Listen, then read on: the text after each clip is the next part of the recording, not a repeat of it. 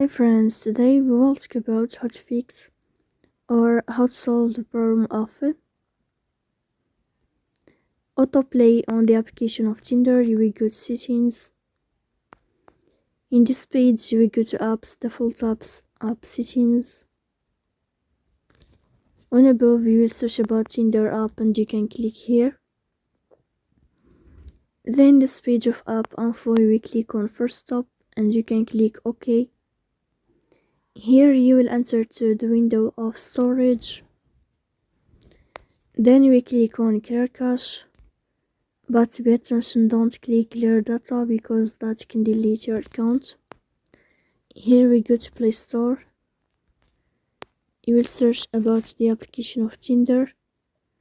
Then you can uninstall your app and you can install it again. So please don't forget to support us by like and subscribe. See you next time on another